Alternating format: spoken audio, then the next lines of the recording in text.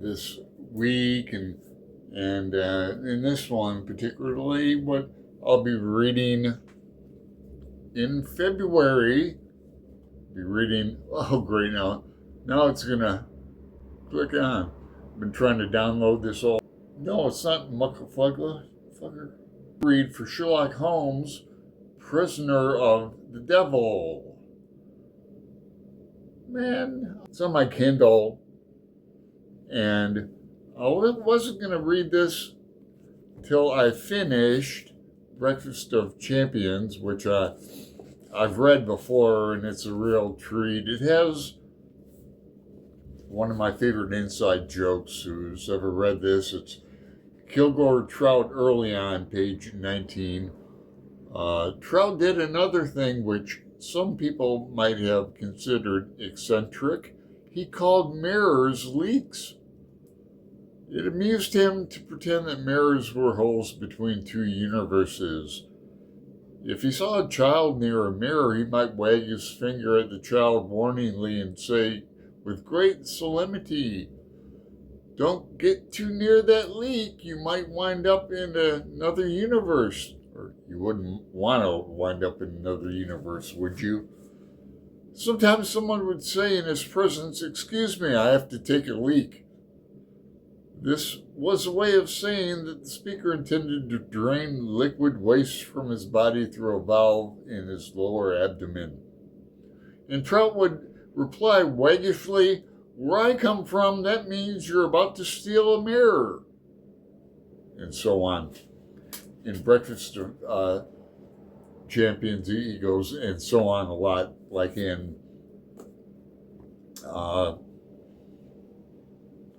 Slaughterhouse-Five, he says, fuck me. And so on. He says, "So it goes." Also been reading, you know it, Gravity's Rainbow, about halfway through. It's a real trip, people. My third go around through it. It's annotated by me. People complain about, the math. There's not much math in Pynchon.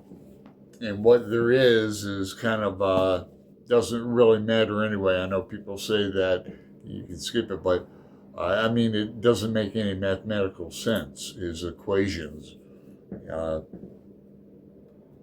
Good evening here in Portland, Oregon. It's been raining off and on. I had to wear my cowboy hat, which I call an umbrella. I've also been reading the Yeats, the Ellman's biography of Yeats, gift from Pat over Christmas, and we're going to be doing a dive into Yeats, her and I, in March, his poetry and plays. But I like the occult things of Yeats and Golden Dawn. That was an order that Yeats was in with Aleister Crowley, and I'm going to get to Crowley in a bit too. But in tarot regard, tarot is in Gravity's Rainbow quite a bit. The second section, particularly the ending. It ends in a Celtic Cross tarot reading with the Rider-Waite-Smith deck. But I've been getting back into Crowley's deck.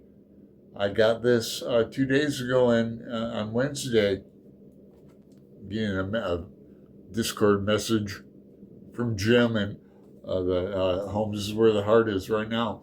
But so the deck is different than the Rider-Waite-Smith deck, which I adore and have an old edition of. Crowley deck is much different.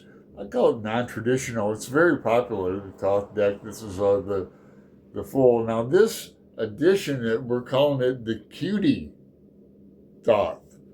The Cutie Thoth, because it's different than the original Thoth deck, which is a great deck in and of itself. I don't have a copy of it currently. I want to get another copy now that I have this deck. I'm pretty familiar with it. I'm going to have to equate myself a little bit, but it's great. Here's a picture of the Two of Discs, known as the Two of Pentacles and the Rider-Waite-Smith. But this is my birthday card. My zodiac card for my birthday is 15, the Devil, no matter what deck you're in. And it's a really cool card in the Thoth deck. It's a notable card because it's changed quite a bit in the Cutie deck. Anyway, that's about all I've been reading, or I'm about to read. I'm going to start the Sherlock Holmes group read tonight. I know Jim already has, and I think others might have too, but I'm looking forward to that. So, tell me what you've been up to this first or last week of January. First week of February coming up. Supposed to hit 60 tomorrow here. So my sympathies to those on the East Coast. I know Pat's been getting hit. MJ's been getting hit. My friend Lisa in New Hampshire sent me a card. Yeah, so I'll leave it at that. I wish you well.